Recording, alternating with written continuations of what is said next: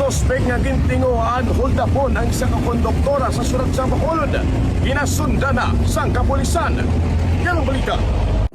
Desidido nga magpasakas ang kaso ang sa kadoktora nga biktima sa hold up sa Barangay 19 Bacolod City batok sa masospek sa tion nga matumod kag madakpan inis ang kapulisan. Ini ang ginpahayag ni Police Major Rondel Tapang, hepe sa Police Station 1 sa exclusive interview sang Daily News Central nga nagsiling man nga may duwa na ka person of interest ang ila ginasundan may kang tanan sa insidente.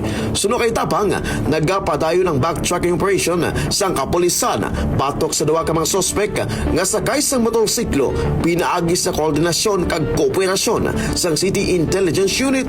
Dakuman nga bulig sa maraming nga investigasyon ang impormasyon nga nakuha gikan sa biktima, ilabi na ang tracking records sang iya mga cellphone nga mahimo magbulig sa pagtumod sa posibleng identity sang mga sospek.